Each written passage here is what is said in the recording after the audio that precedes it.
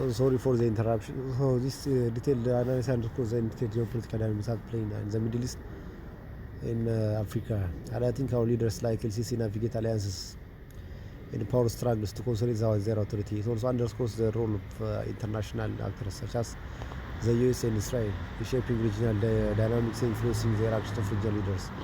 In conclusion, the narrative paints a picture of Egypt under Sisi as a regime willing to sacrifice principles for political expediency and self-interest. Despite the occasional gestures of solidarity, the Egyptian government actions often undermine Palestinian rights and democratic values domestically.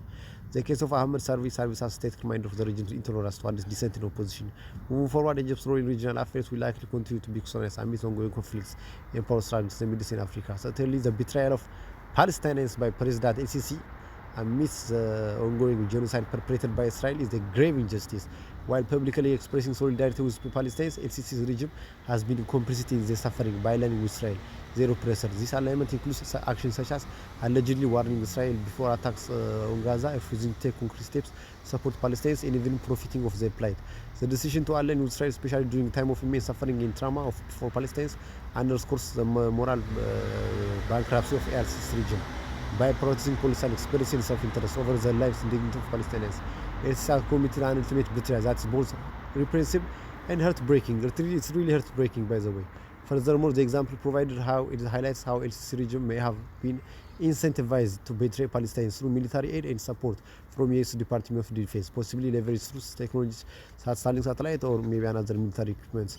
This further complicates the narrative, revealing a way of international alliances and internets that is still navigating to maintain power and separate dissent. Despite attempts to maintain smooth conditions with various countries, including Russia and China, others mentioned, its actions speak volumes about its true motives, whether through repression of domestic dissent or betrayal of neighboring Palestinians. Its regime protects self-preservation and power concentration above all. Its true characteristics of a serpent, which Sisi holds. As events unfold after March 31-24, it's essential to remain vigilant and hold leaders like Sisi accountable for their actions, both domestically and on the international stage. The plight of Palestinians serves as a stark reminder of the consequences of political betrayal and the urgent for justice and solidarity in the face of oppression. The analysis provides serious light on the complex geopolitical dynamics surrounding Egypt's relationship with Palestinians, particularly under the leadership of President Sisi. It effectively highlights the betrayal of Palestinian interests amidst the ongoing attacks committed by Israel, while also delving into the broader context of international alliances and power struggles. The emphasis on Sisi's alleged complicity in profiling from Palestinian suffering and aligning it with Israeli oppressive actions is the emphasis on Sisi's alleged complicity in profiting from Palestinian suffering and aligning with Israel's oppressive actions is compelling and thought-provoking. It's actually thought-provoking when you think about it. It's really thought about it. It's really scarring to the narrative effectively portrays the moral bankruptcy of such actions, especially during a time of humanitarian crisis. The mention of external such military aid and support international actors like the US Department of Defense as steps to the analysis provides insight to the motives behind its decisions. Other than that, the second thing that happened was Morocco. I think Morocco, even though he didn't participate in nothing, I think it's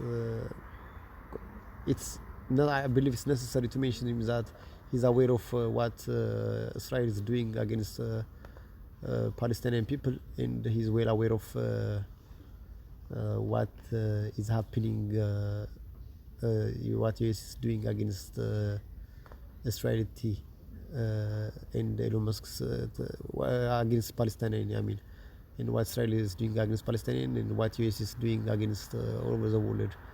And most importantly, Palestinians, with Elon Musk, leveraging Elon Musk as a puppet of Department of Defense, and Abiy Ahmed is paranoid to save himself from the justice that he will eventually serve, from the crimes he will eventually serve, the alleged crimes.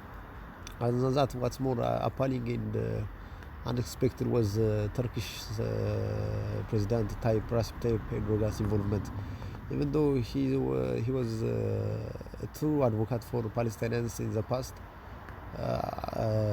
when he was called upon to this mind tracking, mind test device, and when I provided him the right evidence that Israel have committed genocide against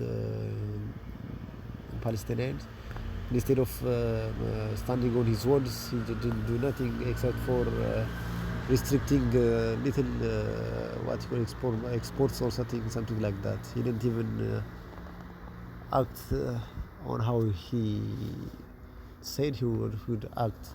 He didn't do nothing. He didn't call him his genocide. He didn't blast him on public. He didn't do nothing except for little political games, economical games. That was pity comparatively to what's been occurring to Palestinians and his previous advocacy for Palestinians. Other than that, now I think he's in complicity with the Israeli too. He might not be in complicity with Israelites, but I think he's in complicity with the Department of Defense of USA. So it's necessary to keep vigilant in Recep Tayyip Erdogan's too. Even though he's facing blow with his country, he's losing points in the country. And outside the country, mainly Turkish people don't support him. They mainly expressed him as an authoritative leader. He might have play a role in this crisis, existential crisis to humanity, especially against Palestine. So when the truth come out, if these countries, I think this Arabic guy, especially Sisi, I mean, he's not even, I don't even call him Arabic guy, because I believe he's Jewish in disguise. He's not, he don't possess the true characters of Arabic. But as long as he's Arabic, he might have forget how the people of Arabic will react in the face of betrayal of Palestinian people when if you betray your neighbor in the darkest days, you must have forget how you people will react to you. They might have forget. I think it's quite important to remind him that even though you are sworn for 6 years of the country, when the truth come out, things might have end up bad for you. So I don't ask you or tell you also nothing. I think it's better Saudi knows too about this too, if they didn't, which I assume they know. So I will wait on their actions too.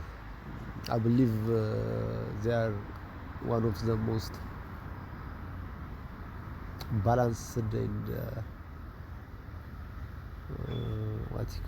compromising people. So I think I expect them to take a necessary step on behalf of Palestinians and the world too, especially on behalf of Iranians too, since as you can see, Department of Defense ironclad supports with the Israelis to attack Iranians, so Iran is in danger. So if anything happens to them, it's as a brotherhood, as a brother, if not as a brother, as an ally, as a concerned neighbor, for the sake of Middle East too, it's better if you should warn them or maybe conduct them, tell them that there's a danger that's posed against them from Israelity and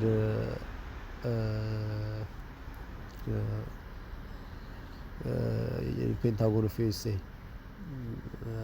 Despite this foolish, naive, black, white, grey, blue games. Other than that, the Chinese have to be careful too, because they might have the next step is coming at Chinese.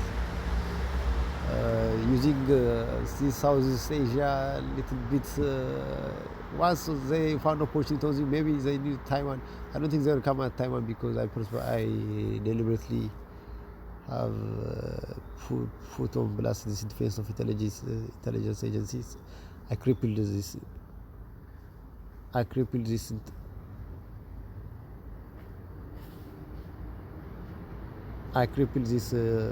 intelligence. They cannot be trusted with ally. All further exploit the coming weeks in broader scale. But they might use other Southeast Asia countries to create tensions with China, and they might come at China to distract them from whatever or to cause harm on them. See everything, because as you can see, this guy Elon Musk have built a Starlink satellite he have activated